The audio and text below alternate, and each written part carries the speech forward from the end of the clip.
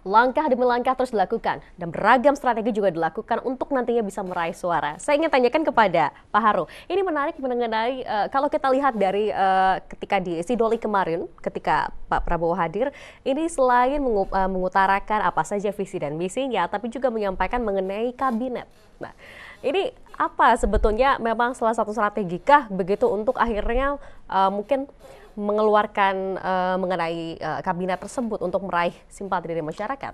Iya, saya kaget juga ya.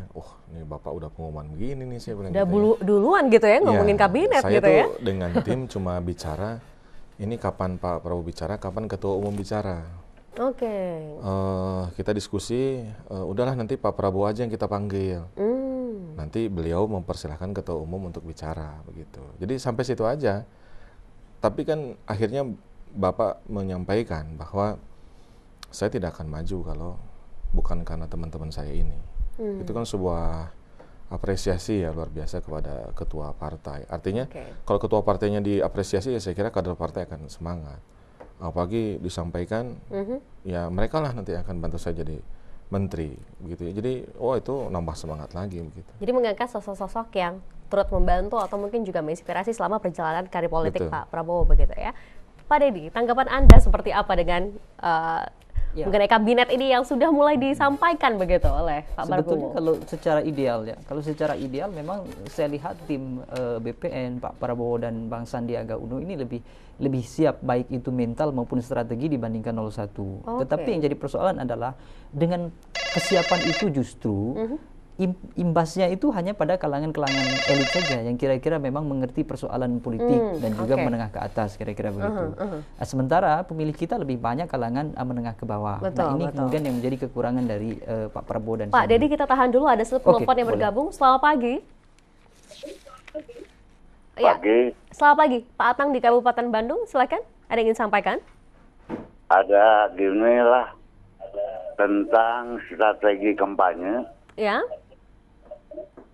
Didengar ya calon-calon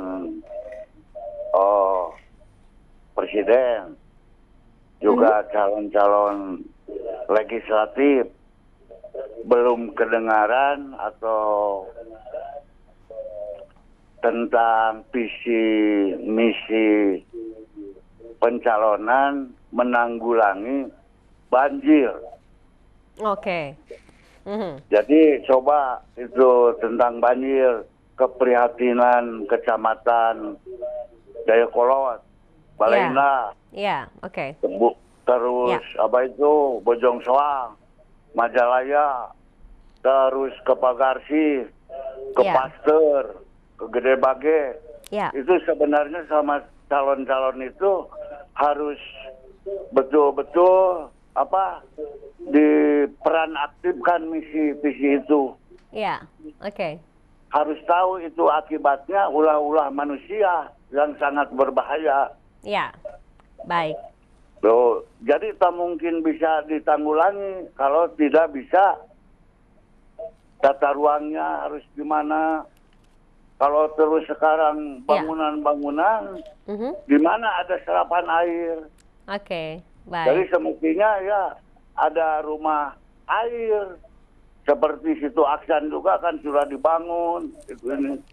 Jadi mohon ya dari calon 02, calon 01 itu harus diperan aktifkan demi Jawa Barat yang kena musibah banjir. Sekian, terima kasih. Baik. Terima kasih Pak Atang di Kabupaten Bandung yang sudah bergabung bersama kami. Sebelum kita menanggapi yang disampaikan oleh Pak Atang, saya ingin kembali lagi ke Pak Deddy. Tadi mengenai kabinet ini yang sudah mulai diangkat begitu oleh 02. Memang secara ideal saya melihat bahwa 02 lebih siap ya. Artinya salah satunya adalah dengan kesadaran bahwa secara ketokohan mungkin Prabowo dan Sandiaga Uno tidak bisa menjangkau dalam batas maksimal kira-kira begitu. Sehingga dengan kesadaran itu kemudian Prabowo muncul dengan idenya bahwa dia mengumumkan kabinet. Ini buat saya agak jenius. Kenapa saya katakan demikian? Karena ternyata public opinion atau orang-orang yang berpengaruh di kalangan masyarakat itu juga bisa menjadi daya ungkit bagi elektoral bagi 02. Artinya kan ada kelompok-kelompok yang di luar kesukaan dari Prabowo dan Sandiaga. Ada orang yang tidak memilih Prabowo, tidak memilih Sandiaga, tetapi begitu kabinet itu diumumkan, di antara nama-nama kabinet itu justru menjadi idola dari pemilih. Nah, ini kan juga bisa menambah daya ungkit itu. Nah, menurut saya sisi lainnya kemudian adalah ini berisiko. Resiko salah satunya adalah bisa tidak memaintain sebuah internal memang betul-betul solid. Jadi begitu sudah terjadi menang, bahwa kabinet ini memang tidak diinggari lagi. Oke, memegang betul. hal tersebut ya. Oke, kita angkat satu penelpon yang sudah bergabung juga. Selamat pagi. Selamat pagi, Neng. Ya, selamat pagi Pak An, apa kabar? Silakan Pak, ada yang disampaikan? Neng sehat? Sehat Pak. Iya. Silakan Pak, ada yang disampaikan Pak An? Begini, masalah strategi kampanye Akbar, Capres, ini semuanya tidak menyentuh. Hanya perang perut seharusnya, kemiskinan itu yang seharusnya. Sekarang saya akan membuat pendapat dual masalah pemerintahan dan keamanan. Itu ideologi Pancasila itu hanya dibaca tidak dikerjakan. Itu rumusan. Rumusan. Pancasila itu satu, ketuhanan yang Maha Esa, kerukunan beragama, kemudian masalah kesengsaraan kehidupan itu yang diharuskan, jangan dipolitisir dan jangan Pancasila itu politisir ekonomi, harus di luar. Kedua nih, jangan dulu nih keamanan. Presiden Jokowi itu sudah menyiapkan keamanan baik laut, darat, dan radarnya, kepolisian. Ingat, ini yang terjadi di Timur Tengah, yang artinya ISIS masuk semua membuat hoax. Nah, ini hoax ini dari TV 01 oleh profesor itu sudah dibahas tadi malam. Itu masuk hoax itu kepada partai-partai yang artinya untuk memecah belahkan bangsa. Ingat sekali lagi, hoax itu merusak. Maka timbul undang-undang IT dan teroris. Ini penting demi kesatuan dan persatuan. Baik. Saya antara semua bangsa Indonesia boleh tolong dua berpakaian putih dan berhati bersih. Ingat, jangan hoax. Hoax itu akan memecah belahkan. Maka pemerintah sudah menyiapkan. Baik. Ya.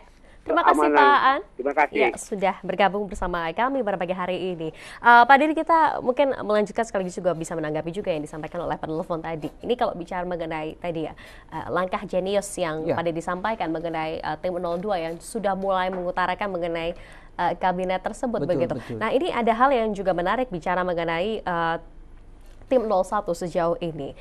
Banyak yang mengatakan bahwa kalau bicara mengenai masyarakat perkotaan dan perdesaan, ini 01 cukup kuat misalkan di perdesaan. Memang apa yang akhirnya dirasakan begitu di dari sisi desaan? populasi, pemilih kita memang lebih banyak di pedesaan. Sementara untuk menjangkau suara-suara di tingkat pedesaan, artinya dengan baik itu kelas ekonomi maupun pendidikan menengah ke bawah itu diperlukan strategi yang khusus. Misalnya dari sisi penyampaian visi misi misalnya harus menggunakan bahasa-bahasa sederhana. Jokowi Ma'ruf Amin lebih sederhana dalam menyampaikan pesan sehingga mereka lebih menyukai itu. Bahkan termasuk juga dalam membangun program-program. Saya kasih contoh lah program yang menurut saya sangat baik sekali dari sisi membangun pengaruh ya. Saya tidak bicara program yang baik bagi masyarakat, tidak, tapi program yang baik untuk mempengaruhi supaya mereka mau memilih kita. Salah satunya adalah program kartu-kartu itu, yang kartu sembako murah, kartu KIP kuliah, kemudian termasuk kartu prakerja itu. Persoalan bagaimana kartu ini nanti bekerja bukan persoalan lagi. Kenapa? Karena yang menjadi tujuan dari kedua kubu adalah memenangi Pilpres di 17 April itu. Begitu 17 April selesai, begitu menang, barulah dipikirkan bagaimana kartu ini bekerja. Tetapi sebelum 17 April ini lewat, maka yang diperlukan adalah mampu tidak kartu ini mendongkrak elektoral. Ternyata kan cukup mampu, karena di hasil survei 01 lebih unggul dibandingkan dengan 02 secara nasional. Tapi itu juga jangan risau Pak, karena hasil riset itu kan dia fluktuatif kan. Dan bisa juga berubah begitu ya. Bisa berubah. Tapi dia paling tidak angka-angka itu menjadi bahan evaluasi. Kemudian kalau boleh tadi menanggapi Pak Tatang tadi, bahwa persoalan lingkungan hidup, termasuk di Jawa Barat misalnya, isu yang paling gencar adalah sungai dan lain-lain. Justru di 02 itu sebenarnya sudah ada sejak awal di visi misinya itu, di konsep 12 itu berbicara persoalan kemandirian lingkungan yang hemat saya lebih jenius juga ini. Artinya 02 ini menggabungkan antara penjagaan lingkungan dengan tradisi, dengan budaya. Ini kan sangat jarang sekali. Maksud saya begini, kalau kita hanya mengandalkan penjagaan lingkungan itu dengan sesuatu yang fisik misalnya, hanya dengan kebijakan saja yang tetapi muaranya adalah fisik, maka sulit.